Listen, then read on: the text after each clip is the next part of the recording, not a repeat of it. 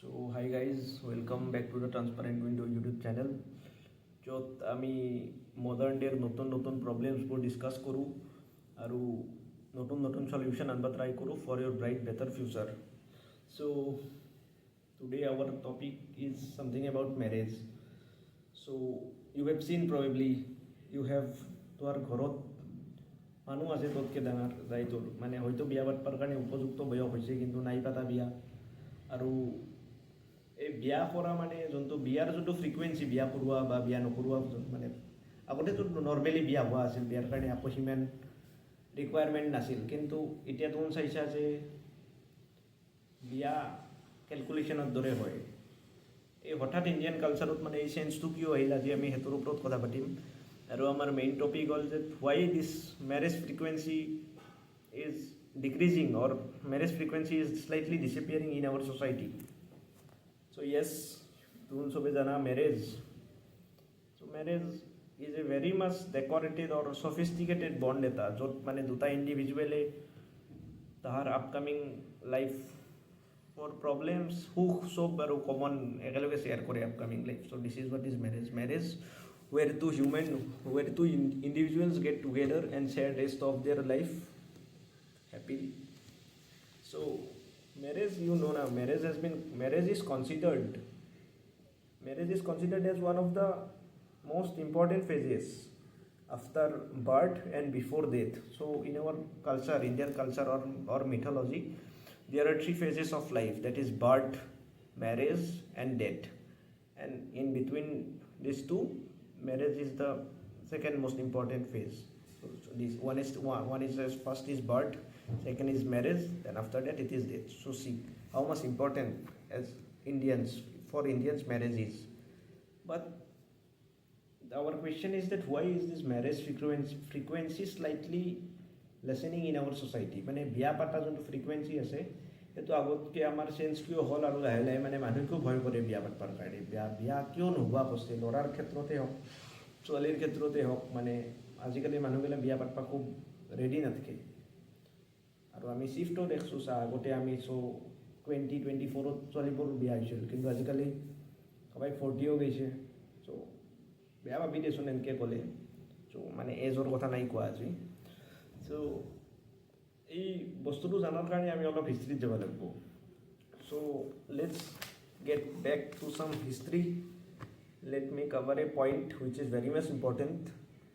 So basically when the European culture came to India, মানে যেতিয়া তোৰ ইউৰোপিয়ান বা ৱেষ্টাৰ্ণ কালচাৰ ইণ্ডিয়াত আহিছিল তেতিয়া কেপিটেলিজিমৰ ইনফ্লুৱেঞ্চটো বিৰাট বাঢ়িছিল. কেপিটেলিজিম মানে বেলেগ নহয় একো, যে এই টকা পইচাৰ ইনফ্লুৱেঞ্চটো ইণ্ডিয়ান ছ'চাইটিত হঠাৎ মানে খুব বাঢ়ি গ'ল. আৰু তাৰ লগতে ইনকামৰ ডিমাণ্ড মানে বাঢ়ি গ'ল. যে টকা পইচা ছ'চাইটিত যেতিয়া আহিব, আগতেতো আমি বাৰ্টাৰ ছিষ্টেমত বাচি থকা আছিলোঁ না, আমি ইণ্ডিয়ান মানুহ. তই এইটো দিছা মোক, মই তোক সেইটো দিছোঁ, তো সেনেকৈ বাচি থকা আছিলোঁ. কিন্তু এই ইউৰোপিয়ান বা ৱেষ্টাৰ্ণ থটছ অহাৰ পৰা পইচাৰ ডিমাণ্ডটো খুব বাঢ়ি গ'ল. চা কি কয়, এই কেপিটেলিজিম অহাৰ লগে লগে ইনকামৰ ডিমাণ্ডটো হঠাৎ বাঢ়ি গ'ল না. তাৰ পৰা মানে বেচিকেলি জেণ্টছ মতা মানুহখিনি ৱৰ্কিং ক্লাছ আছিল না. তো ছোৱালীটো আমাৰ ইণ্ডিয়ান ছ'চাইটিত খুব আমি কনজাৰ্ভেটিভ হিচাপে চেলিব্ৰেট কৰোঁ. যে women is celebrated to be conservative, মানে দেৱীজ এণ্ড অল. আমি তাৰ লগতে তুলনা কৰোঁ ওমেনবোৰৰ. আৰু মতা মানুহখিনি কাম কৰা আছিল.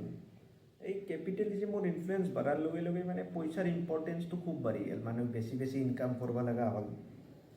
তাৰে পিছত ইণ্ডাষ্ট্ৰিয়েল ৰিভলিউশ্যনৰ ফেজ আহিল. আৰু this is one of the most important factor নহয় একচুৱেলি ৰিজন, যাৰ পৰা আজি আমি এইটো ষ্টেটত আহি পালোঁ যে আমাৰ ইণ্ডিয়াত মেৰেজ ফ্ৰিকুৱেঞ্চি কমি গ'ল. So with the industrial revolution, people started shifting their interest towards industrial goods. As a result, with time,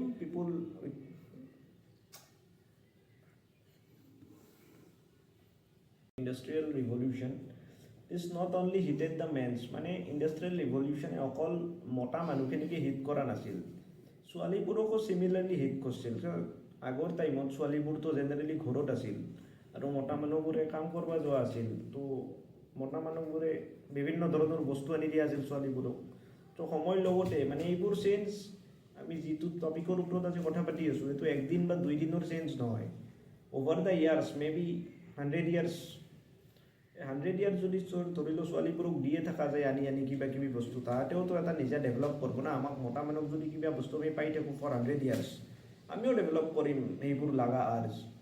তো এই যিটো লাগা আৰ্জ ডেভেলপ কৰলাক ছোৱালীবোৰে তাৰ পৰা মেইন প্ৰব্লেম হ'ল মতা মানুহবোৰে ছোৱালীবোৰক সেই বিভিন্ন ধৰণৰ বস্তু এণ্ড গুডছ মানে মেইনলি কনজিউমাৰশ্বিপ সেইবোৰ ফুলফিল কৰাৰ কাৰণে বেছি ইনকাম কৰিব লগা হ'ল। আৰু বেছি ইনকাম কৰাৰ দুটাই উপায় আছে জানা, হয় মাৰ্কেটত বেচা যোৱা বস্তু তই প্ৰডিউচ কৰিব লাগিব, নহ'লে বা তই কাম কৰিব লাগিব বেলেগৰ তলত। চ' what basically you say is a job.